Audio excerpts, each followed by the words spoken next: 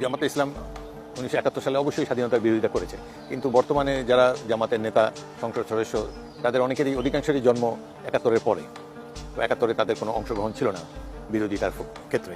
সেই হিসাবে আমি মনে করি তাদের মধ্যে কিছু পরিবর্তন দেখা যাচ্ছে। যেমন জামাতে ইসলাম প্রথমবারের মতো শহীদ মিনারে গিয়েছে, ভাষা দিবসে শহীদদের প্রতি শ্রদ্ধাঞ্জলি জ্ঞাপন করেছে। স্মৃতিসৌধও প্রথমবারের মতো তারা গিয়েছে। সেই জন্য আমি মনে করি যে তাদের চিন্তাভাবনায় কিছু পরিবর্তন এসেছে, তারা বাস্তবতা মেনে নিয়েছে। বর্তমান বিরোধী দলের নেতা একজন চমৎকার মানুষ, তিনি বলেন ভালো।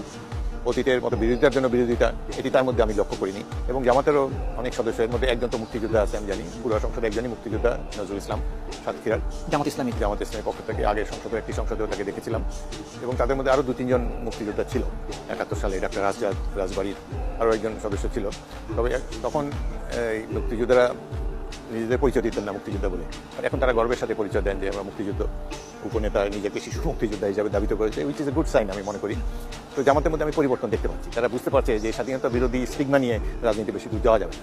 মুক্তিযুদ্ধ মীমাংসিত বিষয়, একে শ্রদ্ধার সাথে স্বীকার করতে হবে, তাহলেই তারা বাংলাদেশের রাজনীতিতে টিকে থাকতে পারবে। মুক্তিযুদ্ধের বিরোধিতা করে অন্য কোনো আতেলদের কথায় যদি মুক্তিযুদ্ধ বিরোধী কোনো কথাবার্তা বলেন, তারা যেই বলবে সেই ইতিহাসে আস্থা করে নিক্ষিপ্ত হবে।